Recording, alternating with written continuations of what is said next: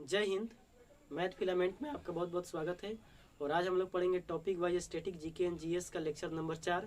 इस lecture number 4 में मैं आपको एक बहुत ही इंपॉर्टेंट टॉपिक बताने वाला हूं, जिसको बोलते हैं बौद्ध धर्म की प्रमुख संगतियाँ। देखिए, बौद्ध धर्म की संगतियों से बहुत सारे क्वेश्चन पूछे जाते हैं।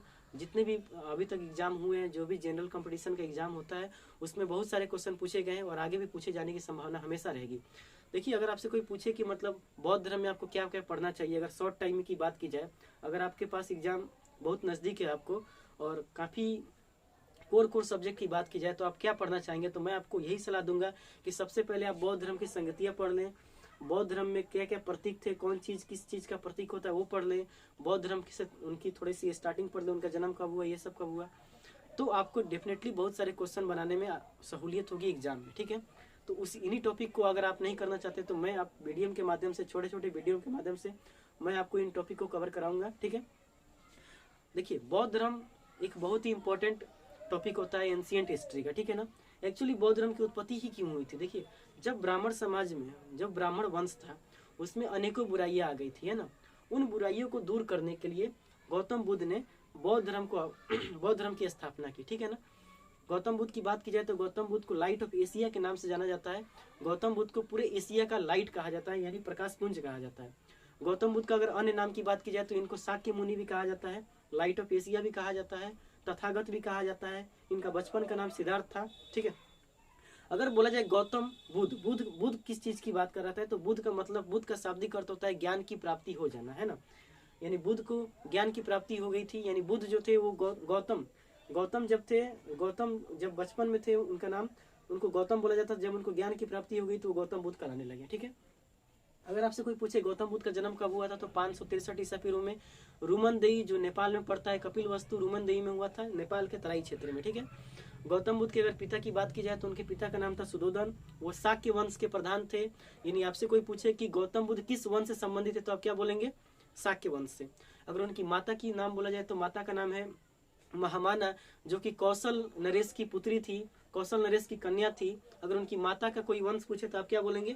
कौशल वंश, है ना। चलिए, अगर गौतम बुद्ध के बचपन का नाम कोई पूछे तो आप बोलेंगे सिद्धार्थ। क्या नाम था? सिद्धार्थ। ठीक है, यहाँ तक तो आपको समझ में आ गया। जब गौतम बुद्ध की मृत्यु हो जाती है 483 ईसा पूर्व में, तो उस समय गौतम बुद्ध की मृत्यु के बाद से बहुत सारी संगतियों को बुलाया गया, जिससे ये मतलब ये इसका पर्पस था कि बौद्ध धर्म की जितनी भी अच्छाइयाँ हैं उसको धीरे धीरे उसमें रिफॉर्म, यानी रिफॉर्म सुधार किया जाए, है ना।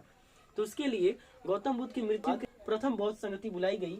हेडिंग आप पहले देख लीजिए, बौद्ध धर्म की प्रमुख संगतियाँ, है ना। क्रम संख्या 1 में हमने सबसे पहले आपको बताएंगे कि प्रथम बौद्ध संगति की बात, प्रथम बौद्ध संगति क्या थी, है ना। तो प्रथम बौद्ध संगति जो संपन्न हुई थी राजगृह में, उसके लिए जगह जो चुना गया था वो चुना गया था राजगृह। समय की बात की जाए तो गौतम बुद्ध की मृत्यु के समय, है ना, गौतम बुद्ध की मृत्यु के समय ही ये बुलाया गया था। यानी गौतम बुद्ध जैसे जब मरे थे उसी समय प्रथम बौद्ध संगति बुलाई गई थी। यानी अगर आप भूल जाते हैं कि प्रथम बौद्ध संगति किस समय संपन्न हुई थी, तो अब गौतम बुद्ध का मृत्यु कब हुआ था? 483 ईसा पूर्व में। उसी समय प्रथम बौद्ध संगति संपन्न हुई थी। ठीक है ना। अगर बात की जाए उस समय अध्यक्ष किसे चुना गया था, तो अध्यक्ष चुना गया था महाकश्यप को। 3 बातें आपको यहाँ से याद करना है। प्रथम बौद्ध संगति कब बुलाई गई थी, तो 483 ईसा पूर्व में। अगर आपसे कोई पूछे प्रथम बौद्ध संगति के अध्यक्ष कौन थे, तो महाकश्यप थे। अगर आपसे कोई पूछे प्रथम बौद्ध संगति कहाँ संपन्न हुई, तो राजगृह में। ठीक है, अगर आपसे कोई पूछे किसके शासनकाल में संपन्न हुई थी, तो अजातशत्रु। किसके शासनकाल में संपन्न हुई थी? अजातशत्रु। अब एक बात ये था कि प्रथम बौद्ध संगति में कुछ इंपॉर्टेंट कार्य भी किए गए थे, महत्वपूर्ण कार्य किए गए थे। जैसे इसमें क्या किया गया था कि विनय पिटक और शिव पिटक, 2 तरह के ग्रंथ होते हैं, बौद्ध ग्रंथ, जो कि बहुत बेहद इंपॉर्टेंट होते हैं। तो विनय पिटक का जो निर्माण किया गया था, इसमें लिखा गया था उपाली के नेतृत्व में। यानी उपाली जो थे उनके नेतृत्व में क्या लिखा गया था? विनय पिटक। और आनंद के नेतृत्व में क्या लिखा था? सूत पिटक। ठीक है, प्रथम बौद्ध संगति याद करते हैं। प्रथम बौद्ध संगति अगर आपसे कोई पूछे कहाँ संपन्न हुई थी, तो राजगृह में। कब संपन्न हुई थी? 483 ईसा पूर्व में। कौन अध्यक्ष थे? तो महाकश्यप थे। किसके शासनकाल में हुई थी? तो अजातशत्रु। क्या इसमें इंपॉर्टेंट कार्य किया गया था? तो सूत पिटक और विनय पिटक का निर्माण किया गया था। अगर आपसे कोई पूछे कि विनय पिटक का निर्माण किसके नेतृत्व में किया गया, तो उपाली के नेतृत्व में। और सूत पिटक का निर्माण किसके नेतृत्व में किया गया, तो आनंद के नेतृत्व में। ठीक है, यहाँ से आपको समझ में आ गया पूरा बात। चलिए, द्वितीय बौद्ध संगति की बात की जाए तो द्वितीय बौद्ध संगति वैशाली में संपन्न हुई थी। इसका जो समय था 383 बीसी में संपन्न हुआ। अगर इसके अध्यक्ष की बात की जाए तो साबकामी और इस किसके शासनकाल में संपन्न हुआ था? तो कालाशोक के शासनकाल में। एक्चुअली इसमें हुआ था क्या कि कुछ भिक्षु जो थे, इसमें महत्वपूर्ण बात क्या थी कि कुछ भिक्षु जो पहले बौद्ध संघ हुआ करता था उससे अलग होकर एक अपना अलग संप्रदाय का निर्माण करते हैं, जिस संप्रदाय का नाम होता है महासंघिक संप्रदाय। क्या नाम होता है उसका? महासंघिक संप्रदाय। अब जो भी भिक्षु इस बौद्ध संघ से अलग होकर एक अलग संप्रदाय का निर्माण करते हैं उन्हें महासंघिक कहा गया, और जो इसके अलावे थे उन्हें थेरावेदिन कहा गया। क्या कहा गया? उन्हें थेरावेदिन कहा गया। ठीक है, तो द्वितीय बौद्ध संगति से आप क्या क्या बातें याद रखेंगे? तो पहला बात आप याद रखेंगे कि ये कहाँ संपन्न हुआ था? तो वैशाली में। कब संपन्न हुआ था? तो गौतम बुद्ध की मृत्यु के 100 साल बाद यानी 383 BC में। अध्यक्ष कौन थे? साबकामी थे। और संस्थापक इस समय शासनकाल किसका था? तो कालाशोक का। क्या महत्वपूर्ण बातें इसमें थी? तो कुछ बौद्ध भिक्षुओं ने बौद्ध संघ से अलग होकर एक संप्रदाय का निर्माण किया जिसे बोला गया महासंघिक संप्रदाय। क्या बोला गया? महासंघिक संप्रदाय। और अन्य संप्रदाय को बोला गया थेरावेदी। ठीक है, तृतीय बौद्ध संगति की बात की जाए तो तृतीय बौद्ध संगति पाटलिपुत्र में संपन्न हुई थी और 251 BC में संपन्न हुई थी। देखिए, एक्चुअली जब तृतीय बौद्ध संगति की संपन्न कराई जा रही थी तो उस समय जो शासन काल चल रहा था अशोक का चल रहा था। आपको याद होगा कि अशोक जो थे वो कलिंग का युद्ध, अशोक ने कलिंग का युद्ध 261 मतलब ईसा पूर्व में लड़ा था। ठीक है ना, कलिंग के युद्ध में इतनी मारकाट हुई थी, इतना भयानक मंजर था वहां का कि वहां की जब मंजर को देखकर अशोक पिघल जाते हैं ना, पिघल जाने के बाद उनका हृदय परिवर्तन हो जाता है। और जब उनका हृदय परिवर्तन होता है तो उन्होंने वहां से बोला कि अब मैं हिंसा के मार्ग पे नहीं चलूंगा, अब मैं अहिंसा के मार्ग पे चलूंगा। तो उस समय जो अशोक थे उन्होंने एक धर्म अपनाया, उस धर्म को बोला गया, उन्होंने बौद्ध धर्म को अपना लिया। एक्चुअली उन्हें ये लगा कि बौद्ध धर्म ही सबसे बेहतर धर्म है, हमें इसे अपना लेना चाहिए क्योंकि ये अहिंसा के मार्ग को ज्यादातर दिखाता है। ठीक है ना, तो 261 में कलिंग का युद्ध हुआ। उसके 10 साल बाद 251 में तृतीय बौद्ध संगति बुलाई गई पाटलिपुत्र में। कहाँ बुलाई गई? पाटलिपुत्र में। शासनकाल किसका चल रहा था? तो अशोक का। किसका चल रहा था? अशोक का। उस समय मोगली लिपु तिसय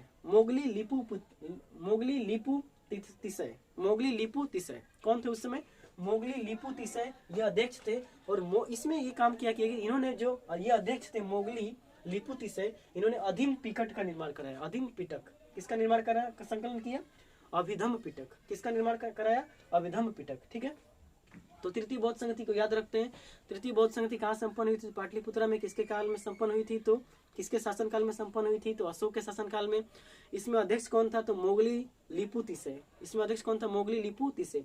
अगर किस वर्ष संपन्न हुई थी? 251 BC में। ठीक है ना, क्या महत्वपूर्ण बातें थी इसमें? तो मोगली लिपु तिसय ने अभिधम पिटक नामक ग्रंथ का निर्माण किया था। ठीक है, चलिए चतुर्थ बौद्ध संगति की बात की जाए तो चतुर्थ बौद्ध संगति कुंडल वन में संपन्न हुई थी। कुंडल वन कहाँ पड़ता था? कश्मीर। उस समय जो राजा थे, जो शासन काल चल रहा था वो कनिष्क का। किसका शासन काल चल रहा था? कनिष्क का। और अगर बात की जाए तो उस समय अध्यक्ष कौन थे? तो वसुमित्र थे। कौन अध्यक्ष थे? वसुमित्र। अश्वघोष उस समय उपाध्यक्ष थे। इन्होंने ही बुद्ध चरित का निर्माण किया था। किसका निर्माण किया था? बुद्ध चरित। तो अशोक का निर्माण किसने किया था? बुद्ध चरित। अश्वघोष ने ही बुद्ध चरित नामक ग्रंथ का निर्माण किया था, है ना, जो कि बुद्ध से रिलेटेड है, भगवान बुद्ध से रिलेटेड है।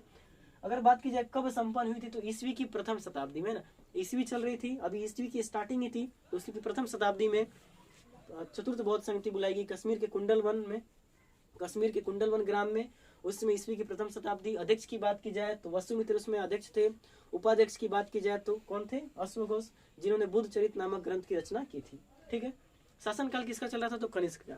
इसमें महत्वपूर्ण बातें क्या थी कि इस बौद्ध संगति में हुआ क्या कि हीनयान और महायान दो मतलब संप्रदाय में गौतम क्या बोलते हैं बौद्ध धर्म बट गया। तो हीनयान किन दो संप्रदायों में बट गया? हीनयान और महायान। चलिए, पूरे बौद्ध संगति को हमने आपको यहाँ पे समझा दिया, जितनी भी उसकी संगतियां थी। अगर आपसे कोई पूछे कि बौद्ध धर्म में कितनी संगतियां हुई थी तो कितनी हुई थी? 4। प्रथम बौद्ध संगति की बात की जाए तो कहाँ संपन्न हुई थी? तो संपन्न हुई थी राजगिरी में। दूसरी कहाँ संपन्न हुई थी? तो ये संपन्न हुई थी वैशाली में। तृतीय पाटलिपुत्र में। चतुर्थ कुंडलवन कश्मीर में। ठीक है, अब मैं आपसे सवाल पूछता हूँ, आप बताइएगा। ठीक है, अगर आपसे कोई पूछता है कि चतुर्थ बौद्ध संगति कहाँ संपन्न हुई थी तो आपका आंसर क्या होगा? तो होगा आपका आंसर कश्मीर के कुंडलवन ग्राम में। ठीक है, अगर आपसे कोई पूछे कि चतुर्थ बौद्ध संगति के अध्यक्ष कौन थे तो आप क्या बोलेंगे? वसुमित्र। क्या बोलेंगे? वसुमित्र। अगर आपसे कोई पूछे उपाध्यक्ष कौन थे तो क्या बोलेंगे आप? अश्वघोष। बुद्ध चरित्र नामक ग्रंथ की रचना किसने की थी? तो अश्वघोष ने। ठीक है ना, अगर आपसे कोई पूछता है कि हीनयान और महायान संप्रदाय बौद्ध धर्म का होता है ये किन बौद्ध संगति में बट गया, तो आपका आंसर क्या होगा, चतुर्थ बौद्ध संगति। ठीक है। अच्छा, अब आपसे पूछते कि विनय पिटक और सुत पिटक है ना, विनय पिटक और सुत पिटक ये दो ग्रंथ किस बौद्ध संगति में लिखे गए, तो आपका आंसर क्या होगा, प्रथम बौद्ध संगति। ठीक है ना। अच्छा, अगर आपसे कोई पूछे कि थेरावेदिन किस संप्रदाय को बोला जाता था, तो बौद्ध धर्म में जो द्वितीय बौद्ध संगति हो रही थी, द्वितीय बौद्ध संगति, तो उस समय क्या हुआ था कि महासंघिक नामक जो संप्रदाय था वह संघ से अलग हुए थे, बौद्ध संघ से, उन्हें महासंघिक कहा गया, और बाकी जो बच गए थे उन्हें थेरावेदिन कहा गया। ठीक है। चलिए एक और क्वेश्चन आपसे पूछता हूँ कि अगर आपसे कोई पूछे उपाली के नेतृत्व में कौन सी ग्रंथ की रचना हुई थी, तो आप क्या आंसर देंगे, विनय पिटक।